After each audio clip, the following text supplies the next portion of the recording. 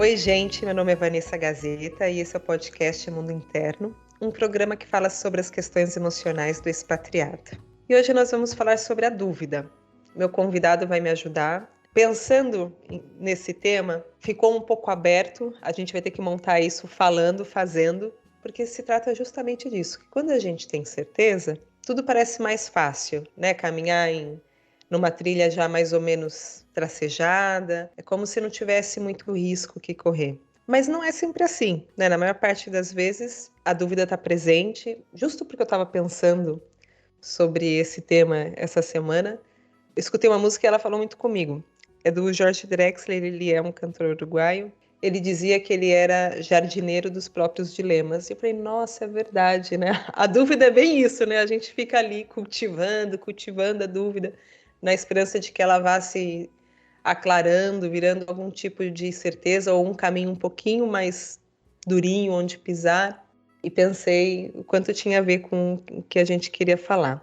O Felipe, ele já vai se apresentar. Ele tem uma frase muito boa que eu pesquei no Instagram dele e acho interessantíssimo a gente começar por aí, né? Ele fala que a falta da certeza eventualmente se torna um elemento que nos estaciona. Porém, pode ser que seja a hora de reconhecermos a dúvida como um combustível válido de mudança. E continuando esse raciocínio, ele diz: a sensação de ser uma fraude não é necessariamente ruim, porque toda definição fechada sobre si mesmo, negativa ou positiva, é uma prisão. E a gente vai ter que voltar nessa frase, Felipe, porque essa frase é muito boa. Ela deveria estar assim escrita aqui na minha frente, porque ela abre realmente muitos caminhos, muitas coisas que faz a gente ficar preso naquilo que é certo, ou que a gente pensa que é certo, naquilo que é seguro.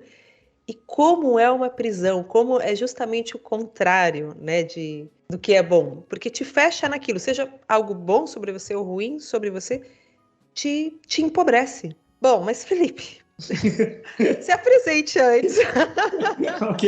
Ok. Oi, Ivan, tudo bem? Tudo ótimo, e você? Primeiro, tudo bem também. Primeiro, muito obrigado pelo convite. É um privilégio para mim estar aqui com você e com o pessoal, com a audiência do Mundo Interno, que eu também faço parte. Olha, Foi eu assim sou que a gente Felipe. se conheceu, né, Felipe? Exatamente, foi como um ouvinte. Meu nome é Felipe Savieto, eu sou psicólogo em horário comercial, como eu gosto de dizer, já faz mais de 10 anos, desde 2007. Tenho vivido uma fase da minha vida meio mochileira, onde eu tenho viajado bastante por vários lugares, por conta dos atendimentos online. Eu sou terapeuta clínico, né? Mas eu também sou tantas outras coisas que acho que permeiam a dúvida e eu acho que é difícil me resumir para me apresentar. Mas é isso, tenho 41 anos, sou de Jundiaí, no interior de São Paulo, e um investigador aí dessas dúvidas. No dia que eu entrei em contato com você e li justamente essa frase sobre se sentir um impostor, você falou, nossa, chegou numa hora muito boa você ter me lembrado que eu escrevi isso. Porque às vezes a gente escreve umas coisas que na hora fazem tanto sentido e continua fazendo sentido, mas que depois a gente esquece que foi a gente, né? Às vezes alguém fala, nossa, você falou aqui. Eu falei, ai, que bem que eu tava nesse dia. Que lúcido. Que lúcido. Porque a gente fala, né, nesses momentos de lucidez, coisas boas, coisas que ajudam a gente e o outro. E em outros momentos a gente é, como todo mundo, é levado pelas inseguranças da vida. Pelo jardim de dilemas, como diria o Jorge Drexler. E você disse, nossa, essa frase que você me lembrou que eu falei, chegou numa hora ótima. O que estava acontecendo? Quando você entrou em contato comigo, né, faz um pouquinho de tempo, agora nesse momento eu estou em Cusco, no Peru, mas na época, que faz acho que uma semana, eu estava no Atacama.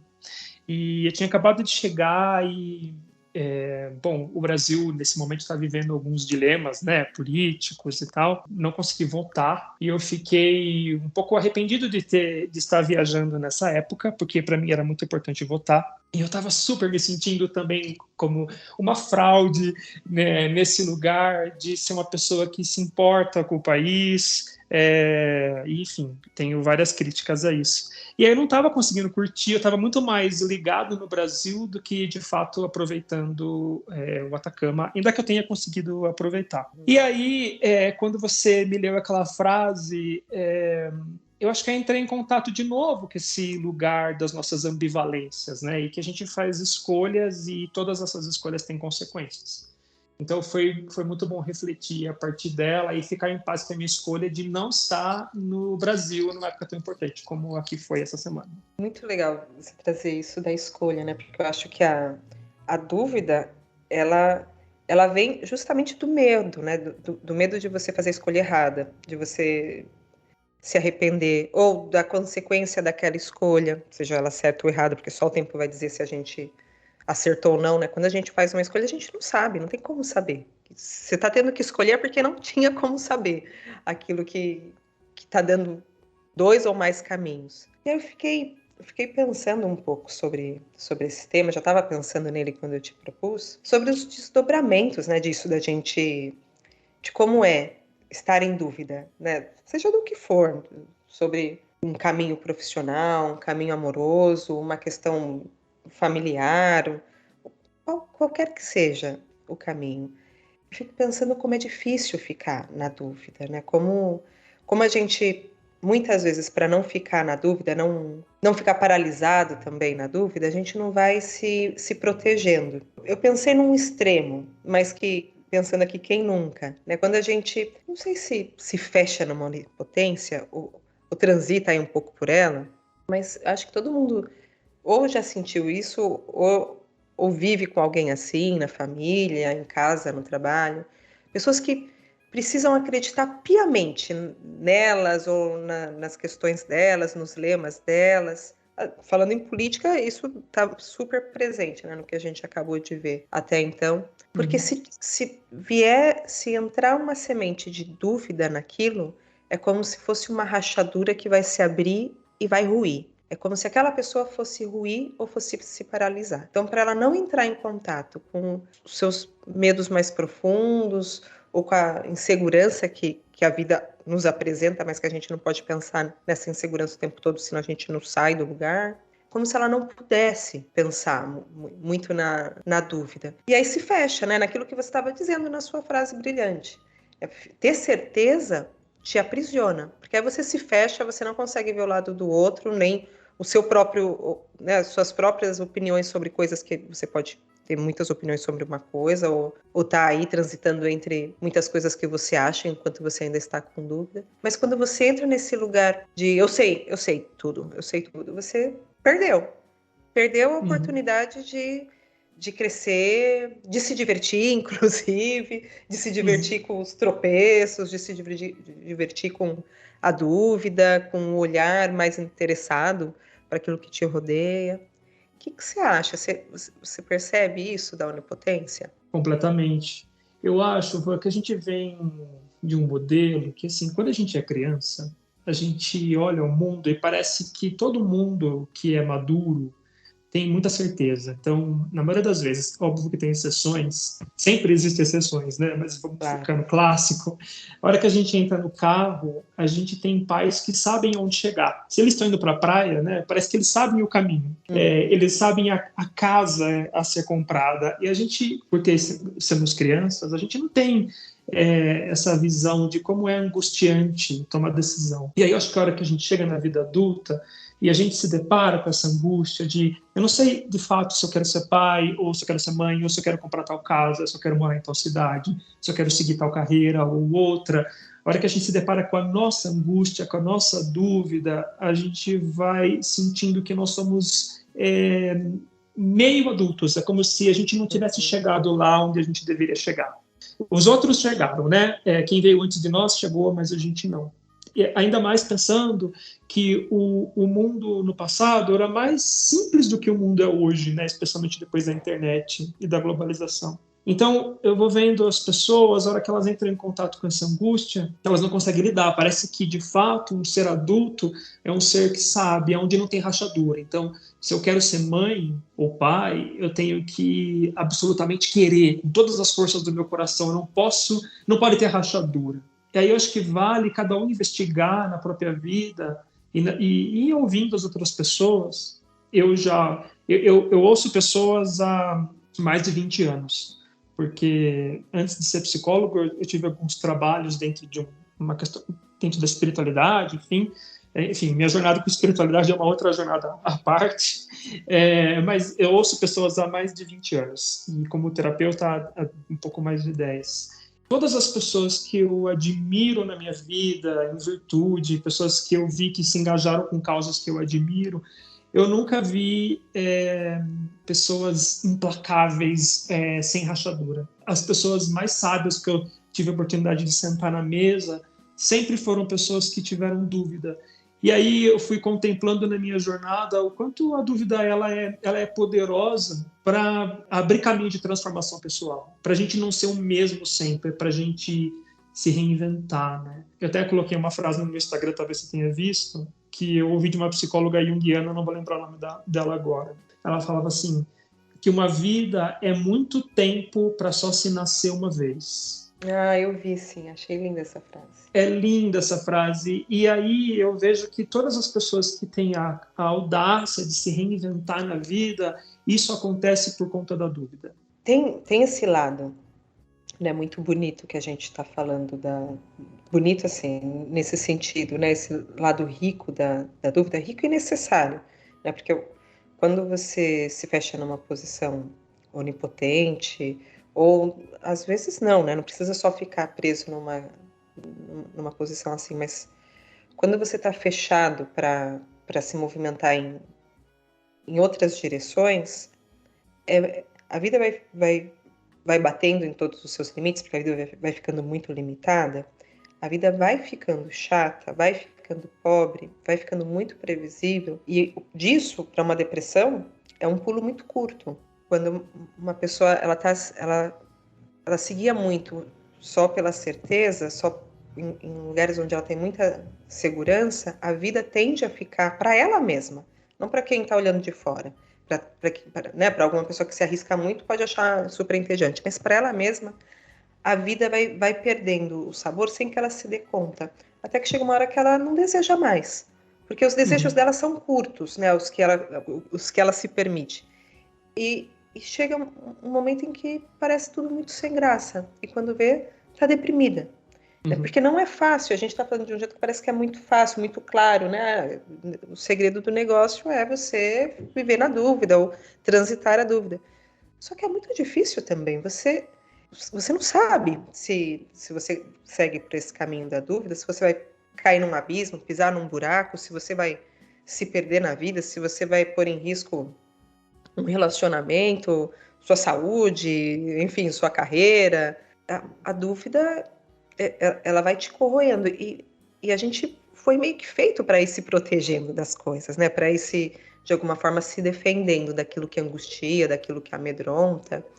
Eu estava falando de algo muito, muito extremo, né? São pessoas que, para se protegerem, como um jeito de se protegerem, ficam nesse lugar do eu sei, eu vou fazer desse jeito, e às vezes até nesse lugar de onipotência, as pessoas ao redor podem se sentir um pouco diminuídas, mas tem também um lugar muito frequente que, pelo menos a mim, chega muito, que é um outro perfil de grudar nas pessoas que já sabem o que querem ou que já têm o ímpeto de ir atrás daquilo que querem, né? Carregando os seus medos, as suas dúvidas, correndo o risco que acha que pode correr, mas o sentido para essa pessoa está um pouco mais claro. Para essa pessoa que tem mais receio ou que não sabe muito bem como você disse, é o caso dessa criança, né? Só que uma criança interna, mesmo num adulto.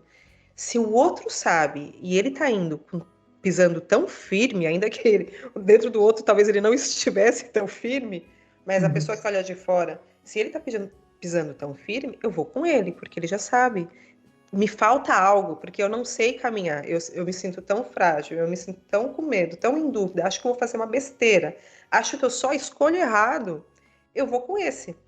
E, né, se relaciona amorosamente, socialmente, com pessoas, ou não consegue se separar dos pais, os pais são essas pessoas que sempre sabem tudo, porque o outro sabe, e eu não.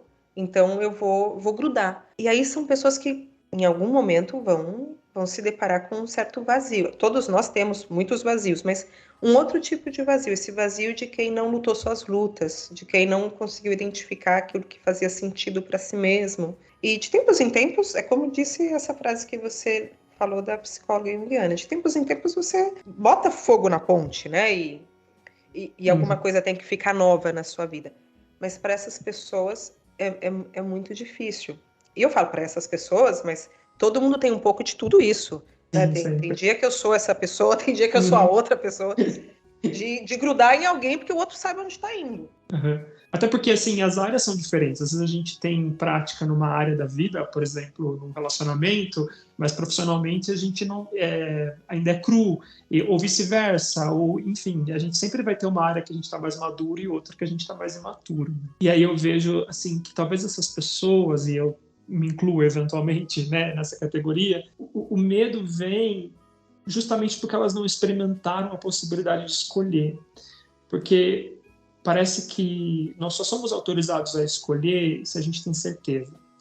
É óbvio que a dúvida e a certeza, num primeiro momento, a gente pode olhar elas como excludentes. Mas eu também acho essa uma visão imatura, porque dá para caber dúvida e certeza no mesmo espaço psíquico. Como? Acho que é só a gente não congelar. É como se a gente, por exemplo, eu estou vivendo uma época de mochileiro, né? Muitas vezes eu tenho dúvida se eu estou fazendo a coisa certa, porque eu olho as pessoas da minha idade e eu sou um pouco mais exceção, né?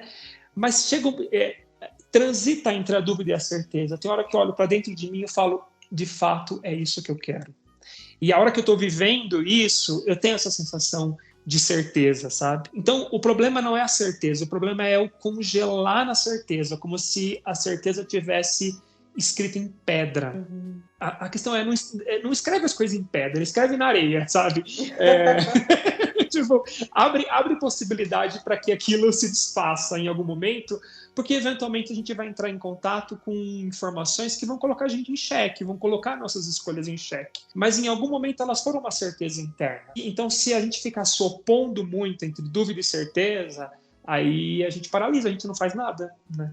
Falou uma coisa que me fez pensar em casos e agora você estava falando, né, da criança, do adulto, maravilhoso esse exemplo que você deu, porque me fez pensar como é difícil quando a gente está ajudando uma pessoa a fazer escolhas e parece que está mais, como você falou, parece que o mundo antes era mais simples. Não sei se era ou não, né? Não tinha internet, não tinha uma série de coisas e a gente romantiza também, mas é verdade que a gente tinha que virar adulto mais cedo, né? Por como eram as coisas. E tinha responsabilidades mais cedo também. É como se, não sei se é como se ou se de fato é assim. Eu sinto que na clínica eu vejo mais situações em que para a pessoa parece que tem alguma coisa errada na escolha, quando a escolha não está tão clara, quando tem tão presente a dúvida. E aí fica muito difícil escolher, tá muito difícil escolher. E a dor que gera, e se eu errar? E se isso que eu... Não pode ser que isso é certo, porque eu estou sofrendo tanto pelo que eu não estou escolhendo, por aquilo que vai ser perdido, que isso não pode ser desse jeito. Não é possível que a vida seja assim. E aí eu fico nesse lugar injusto, não sei se é injusto, mas injusto não é, mas é um lugar cruel de dizer, é assim, a vida é assim. A vida é assim. Não existe satisfação plena. E aí eu fico nesse lugar de dizer, é assim, tá tudo certo, o processo é esse mesmo. Não tem nada errado. Você é só mais um ser humano na lista aí dos 7 bilhões. E vai doer, porque dói, porque escolher dói. Só que é isso, quando a gente fica muito nesses outros papéis, né, de ou ter muita certeza, ou de estar acompanhando muito, né, tá muito grudado nas pessoas que vão te mostrando o caminho, quando a gente, em algum momento a gente vai ter que fazer as nossas próprias escolhas, na melhor das hipóteses, vai te dar essa sensação, não pode ser, porque você ficou protegido um pouco dessa dor. Dessa dor que depois também é um prazer, porque inevitavelmente, em algum momento a gente vai acertar, né? Até relógio quebrado acerta 2 vezes por dia a hora. Então, em algum momento a gente vai acertar e também vai ter o prazer e a responsabilidade, né, de lidar com a sua própria escolha, de lidar com essa consequência, de lidar com essa dor ou com essa alegria. Mas eu acho que às vezes a gente duvida, né, que vai poder arcar com isso. Acho que a gente sempre duvida aí da nossa capacidade de arcar com isso, né? Até porque é sempre incerto. Às vezes a gente escolhe sempre o mesmo tipo de angústia. Porque por mais que seja difícil lidar com a angústia que eu vivo, ainda é um caminho conhecido do que eu trocar de angústia, sabe? Totalmente. E eu sempre encorajo, não sei se na minha clínica eu posso afirmar isso, mas pelo menos nas minhas relações pessoais, eu sempre encorajo que as pessoas troquem de angústia para experimentar outra vida, porque senão a gente não cresce, né? Isso é muito lindo que você está falando, Felipe, porque é isso, né? Quando eu sou a paciente da sessão, eu também reluto, não quero trocar de angústia. Eu não gosto das que eu tenho, mas são minhas, eu já sei a cara delas, já sei o sobrenome delas. Mas quando algo, independente da minha resistência ali, que sempre existe, é normal, se amolece e aquilo se vai, e aí eu troco de angústia, eu falo, nossa, isso eu não conhecia. E aí é como se por um momento tem um sofrimento muito grande de você se sentir muito fracassado, de falar, eu sempre achei que era assim, tal coisa, e aí você se sente, né, o cocô do cavalo do bandido, mas depois vem uma bonança muito maior. É como se algo se alargasse dentro de mim, como ser humano, assim, se alarga algo dentro de mim. Não sei colocar isso em outras palavras.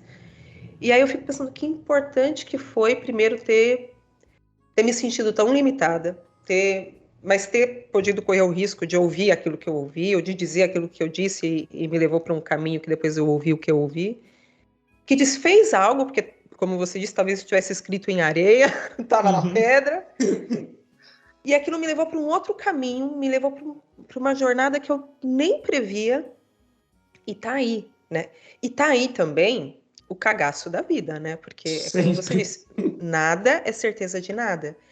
E aí, conforme você vai percebendo que é isso, que você vai continuar passando por muitas coisas que você não sabe, que você gostaria, né, de pensar.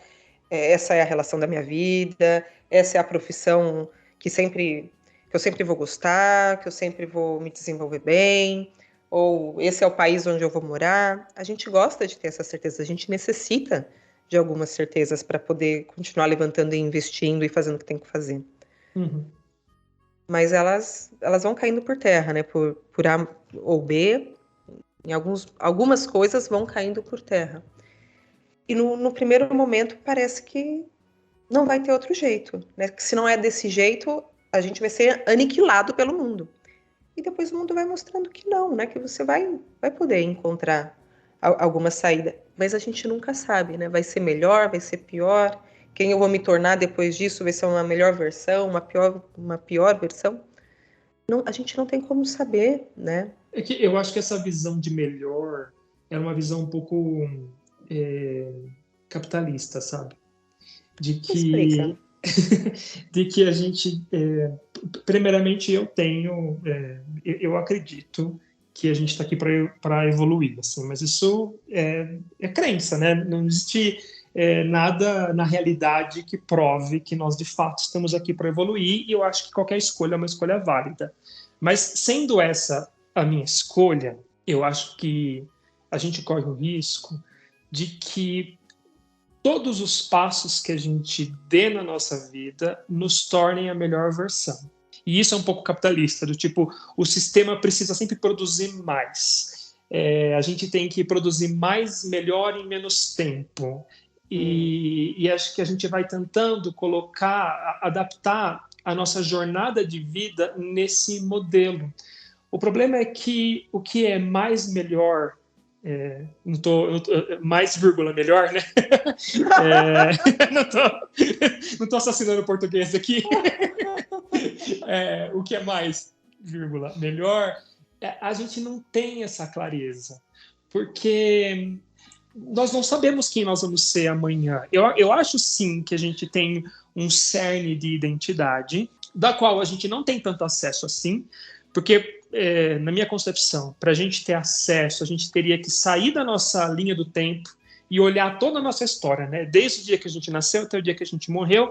E eu acho que só se fosse capaz de ter esse distanciamento, a gente poderia ter clareza da nossa identidade. Como a gente não pode fazer isso, a gente precisa ter uma dose de não ter tão certo assim quem nós somos, para poder também permitir essa experimentação. E essa experimentação, ela não pode ser muito pautada pela obrigação de que amanhã eu vou ter que ser melhor. Tipo, amanhã eu tenho que ganhar mais. Amanhã eu tenho que fazer as coisas num tempo menor. Porque pode ser que os meus desejos fluam para um outro lugar, do qual eu ainda não sei, da qual eu ainda não testei. Eu falo muito para os meus pacientes, eu dou uma analogia assim. O nosso mundo interno, né, usando a palavra do podcast, é como se fosse uma grande reunião de condomínio, onde tem muitas pessoas com interesses diversos, né? Então tem aquela pessoa que ela está super interessada em pegar o orçamento ali do condomínio e pintar a fachada do prédio. Daí tem outra que está interessada em fazer um parquinho, porque faz tempo que não tem parquinho. Daí tem outra que quer arrumar um elevador. E aquela reunião de condomínio que a maioria de nós não gosta, e eu faço parte, né, desse grupo, no fim das contas, é tudo aquilo que a gente precisa para saber viver em comunidade, mas é também aquilo que a gente precisa para saber viver com a gente mesmo, com essas nossas várias versões que têm interesses diversos, né? Então, assim como um quer pintar a fachada, o outro quer arrumar um elevador e o dinheiro é apertado, tem uma persona dentro de nós que quer se dedicar para a paternidade, a maternidade, e tem outra que quer viajar ao mundo, tem outra que quer fazer polidense, né? E aí, se eu não coloco essas pessoas para dialogar e eu só satisfaço o interesse de uma delas, eu vou criando uma angústia. Então, vamos imaginar que esse prédio é famoso por ter uma fachada bonita. Então, isso é um elogio, né? Aí, todo ano, eu quero que esse prédio continue sendo elogiado por ter uma fachada bonita. E eu só vou pegar o meu orçamento e investir na fachada, eu só vou pintar. E todas as outras demandas daquele condomínio, elas vão ficar sempre para depois, para uma outra vida, para um outro ano que nunca chega. E aí a hora que eu permito direcionar o dinheiro, então essa é uma metáfora, né? Direcionar o dinheiro para outra área do condomínio ou direcionar minha energia psíquica para realizar outras coisas, eu vou ter que, primeiro, tolerar que minha fachada não vai mais ser a mais bonita, ela vai ter críticas, vai ter rachaduras, mas ao mesmo tempo vai ter satisfação para as crianças brincarem no parquinho, que não tinha antes, agora vai ter, né? E então isso não é uma ordem de evolução tão lógica, porque alguma coisa perdeu, né? Agora você me fez pensar, não é uma ordem de evolução tão lógica se a gente seguir esse raciocínio capitalista, como você disse, né? De melhorar talvez, não sei, ganhar mais, não sei, ter algum tipo de prestígio na família, na sociedade. Melhorar visto pela ótica de quem desse condomínio, né? Vai variar. Vai variar, exatamente. E todo mundo precisa ser ouvido. Eu acho que isso que é tão difícil, que talvez seja o grande desafio. Eu estou falando muito de democracia por causa do tempo que a gente está vivendo, Vã, desculpa. Não, tô dentro. Tá, beleza. Que eu acho que isso é tão difícil na nossa vida coletiva, mas é porque também é muito difícil na nossa vida individual. A gente tem pouco espaço para ouvir os outros eus dentro de nós, que desejam outras coisas e a gente não consegue conciliar. E aí que a certeza, na minha visão, que eu tenho contemplado hoje, a certeza ela é o silenciar do diálogo. Porque se eu tenho certeza, eu estou com a verdade e o outro está com a mentira. Né? E aí, a hora que eu abro espaço para... Ainda que eu possa ter aquilo como um ar de certeza, né? Mas não está em pedra, né? Então eu posso me desidentificar dessa certeza para entrar na dúvida e dialogar dentro de mim, né? Com aquilo que se opõe, entrar em contato com aquilo que se opõe ao meu desejo, por exemplo, de ser mãe, que pode ser algo tão sagrado que nunca pode ser questionado, é a minha razão da existência, eu nunca questiono. Aí eu nunca abro mão para ouvir essas outras figuras dentro do condomínio que querem outras coisas. Você Tem muita razão. Adorei essa analogia que você fez. E se a gente pensar, como você está pensando, né? Mas colocando as palavras psicológicas nessa analogia, é muito difícil fazer os acordos com todos os desejos que a gente tem sem ficar muito nervoso, né? Muito angustiado, com muito medo. Dá muito medo quando você começa a ver que você tem outros personagens do condomínio dentro de você que querem coisas que não convergem com aquelas que sempre foram meio que uma bandeira que você carregou, né? Uma bandeira que as pessoas viam em você. E é isso que você falou também, que depois essa fachada não vai ser a fachada que todo mundo elogiava, ou que todo mundo gostava, e também é muito difícil, né, de encarar. Muitas vezes esses desejos mais difíceis de trazer à tona, e não quer dizer que só porque a gente tem um desejo, é que é difícil, eu não quero ficar entrando em psicologia, mas não é um desejo de eu quero fazer tal coisa, mas é um desejo mais no sentido daquilo que te move, sem que necessariamente você tenha tanta clareza daquilo. Mas, pensando aqui, quando você começa a pensar, a perceber esses outros desejos e eles começam a conversar, você começa a pisar em ovos sobre muitas coisas que você tinha certeza de quem você era, de quem é o mundo com você, do que o mundo vê quando te olha, do que você mostra quando te olham, aquilo que você gostaria de mostrar, né? Tem sempre um viés, mas a gente mais ou menos tem aí ali, você usou uma palavra ótima, né? Uma persona que a gente passa para o mundo. E botar tudo isso em xeque, eu não acho que é bolinho, né? Eu acho que é um trabalho para muito tempo, né? Trabalho interno, trabalho de falar, trabalho de poder externalizar isso, seja escrevendo, seja falando, seja na terapia, seja numa roda com cerveja no bar, mas eu acho que é trabalho de uma vida, né? Porque também isso sempre vai estar em movimento se tudo sair bem, né? Se a pessoa pode botar todos esses desejos na mesma reunião de condomínio. E que necessário, né? Porque quando os desejos vão sendo calados, como você disse, a vida ela vai minando. A vida da pessoa vai minando. Empobrecendo. Vai empobrecendo. Eu já atendi gente que sequer envelhecia.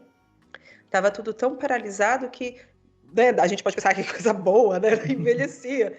Mas não é bom, porque tava tudo tão paralisado, tudo tão sem vida que a pessoa ficou infantilizada naquela aparência, mas também no seu íntimo e também na vida prática.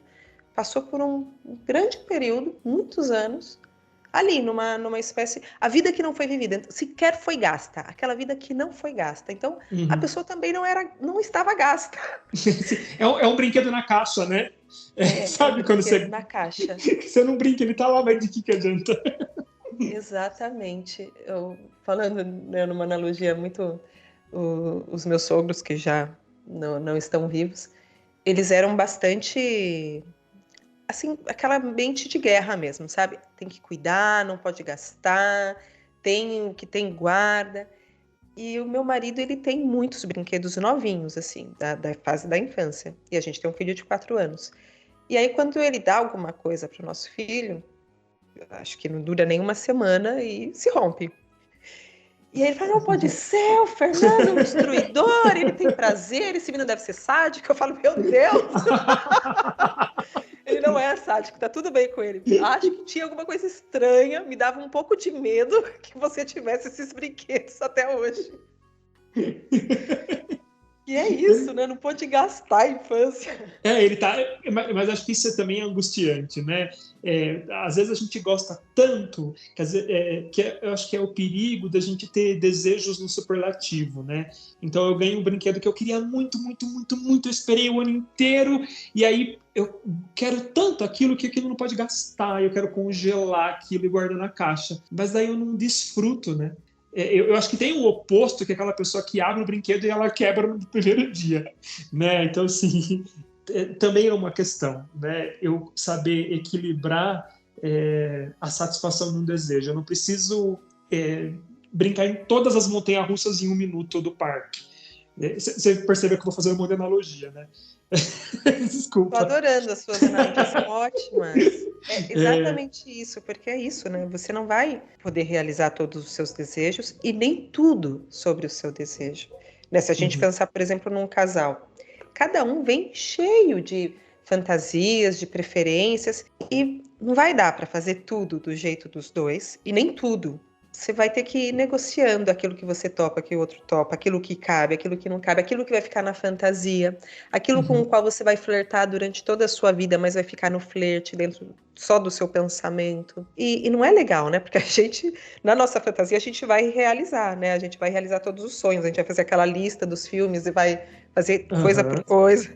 E aí é muito difícil na hora que a gente tá na terapia e fala, a vida é dura mesmo, é assim, não tem nada de errado com o que você está passando, é assim mesmo que são as coisas. Porque em algum lugar talvez a gente goste de fantasiar que a gente não vai ser tão castrado, né? Que a gente não vai ser tão limitado, que as coisas vão poder se realizar de alguma outra forma. E não é, nem de um lado, nem que você vai precisar se fechar, se cegar para os seus desejos, e nem que você vai viver nesse parque de diversão e em todas as montanhas russas, né? Exatamente. Vai ter sempre alguma que vai ficar, né? Porque tem fila. E acho que a gente está sempre preso a esse lugar do tudo ou nada. Então, ou eu vivo como eu idealizei, ou então melhor não ter. É verdade. E aí eu não tenho nada, né? Assim, eu vou paralisando.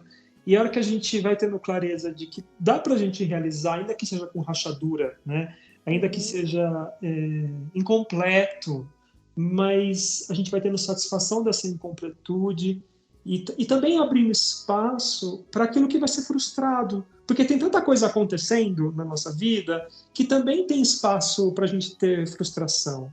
Eu acho que as pessoas que têm mais resistência à frustração são as pessoas que estão tendo pouca satisfação em outras áreas, né? E aí elas perdem muito tempo nessa briga, brigando com a realidade, brigando com as pessoas, brigando com elas mesmas, brigando como se as coisas não pudessem ser daquele jeito, né? E em vez de elas aceitarem que não é e seguir em frente e ter alguma coisa, elas não têm nada, porque elas estão mais interessadas em brigar com a vida. É mesmo, faz muito sentido. Felipe, temos que parar por aqui. Sério? Ai, não, a realidade se impondo. A hora não perdoa. Ai, Felipe, que prazer, foi muito bom. Eu adorei, é sempre muito bom poder ter uma troca gostosa com você, foi ótimo. Felipe, quem quiser continuar essa conversa com você, conhecer seu trabalho, o Felipe atende. Em alguns momentos é mochileiro, mas não em todos os momentos, né, Felipe? Mas enquanto ele está viajando, ele está atendendo. É um trabalho muito interessante. Sim, como eu disse, eu sou psicólogo em horário comercial. Então, quem tiver interesse em psicoterapia, pode me procurar. O meu Instagram, atualmente, eu tenho uma crise com rede social. Então, tem horas que eu posto, daí eu pauso, e aí eu tenho muitas dúvidas, eu fico refletindo se o que eu posto é útil, se está trazendo bem ou mal, e enfim, muitas crises. Mas eu estou lá no Instagram. Mas olha só, foi por causa do seu Instagram que a gente está gravando esse tema. E depois que você me mandou mensagem, eu fiquei pensando, olha, eu acho que eu não posso negligenciar meu Instagram. Eu fiquei muito feliz de você ter vindo por lá.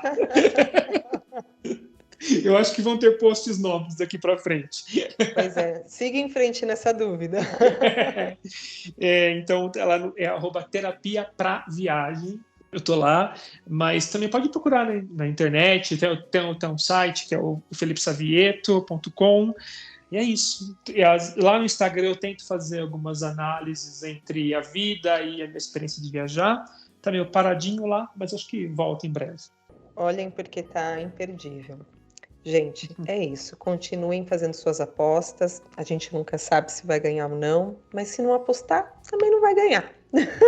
Eu acho que, assim, só para finalizar, desculpa, que a gente já está falando várias vezes, né? Mas, assim, o dar certo não é a gente ter o que a gente chama de resultado satisfatório. Eu acho que o dar certo é a gente encontrar em nós a coragem para ir.